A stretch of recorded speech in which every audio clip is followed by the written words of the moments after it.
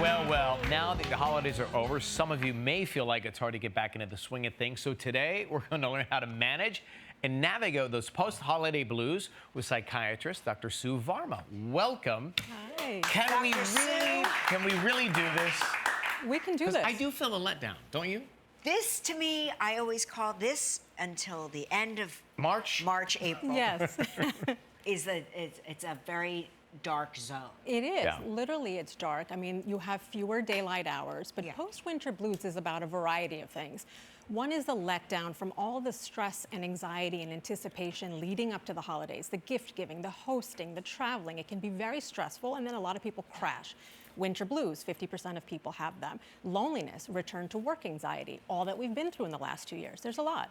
I think that 98% of the people have winter blues and about 50% lie about it. You're right. You're right. You know, that's actually a very important point that a lot of times things fly under the radar because we are doing everything we can to meet expectations externally, but at what cost? You know, we have a lot of things looking forward to coming into the holidays, but afterwards there's a lot of loneliness. People are like, what do I do? And then I want to stay in. And like some of us want to stay in, that's a good thing. But sometimes it's, you really need to push yourself. So are the blues and depression related?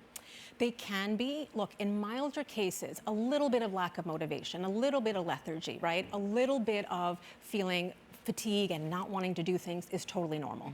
But 2 weeks or more of that kind of stuff, plus low mood, feeling guilty, feeling worthless, that's when you start to think about a depression and also needing to get help for it. And what are some other signs to look out for? So looking at the timeline, look, people who have winter blues, they're mild, it doesn't impair their functioning, but if you are finding that 2 weeks or more, it starts to get in the way of you showing up to things. If you're turning down invitations, if you're saying, I really want to see people, but I just don't have the energy, I'm depleted, I'm exhausted, I've lost interest and pleasure in the things that I once used to like, that is a little bit concerning to me. I feel like I I feel always guilt when feel I say that that, way. though. But I feel mean, guilt in saying that. You know what I mean?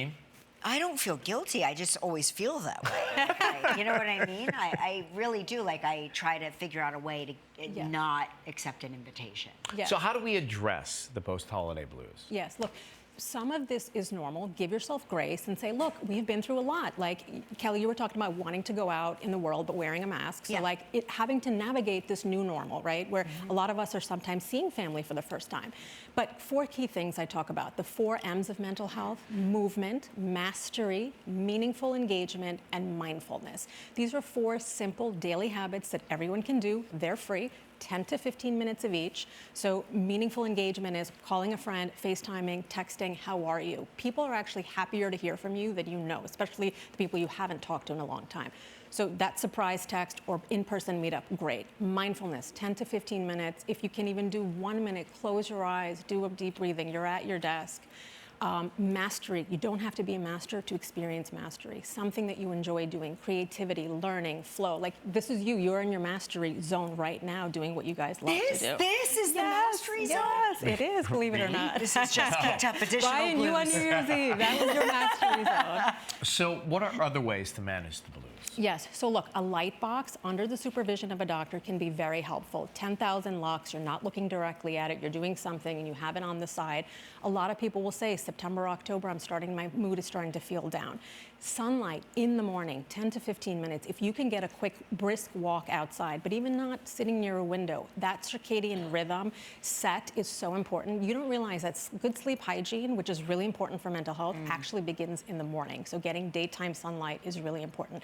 Indoor plants, greenery, really boosts your mood. Aromatherapy, pop of color. This is a great time to buy those orange throw pillars.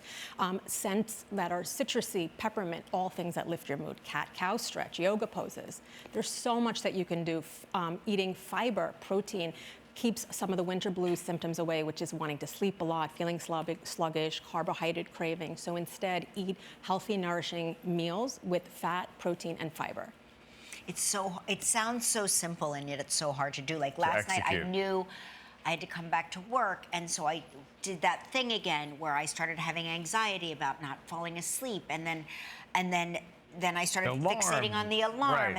and then watching the clock, and then saying, if I fall asleep now, I'll have 4 hours of sleep. If I fall asleep now, I'll have 3.5 hours, and that. There's Yes. no cure for all of that. Yeah, there's Anticipation, anticipatory Yes. anxiety, the metacognition, the worry about the worry, that gets us a lot, Kelly. Yep. Yeah. I can relate. So these tips are at kellyandryan.com. Thank you very much for being here. Great My to see you. pleasure. Happy holidays. Appreciate it. We'll be right back.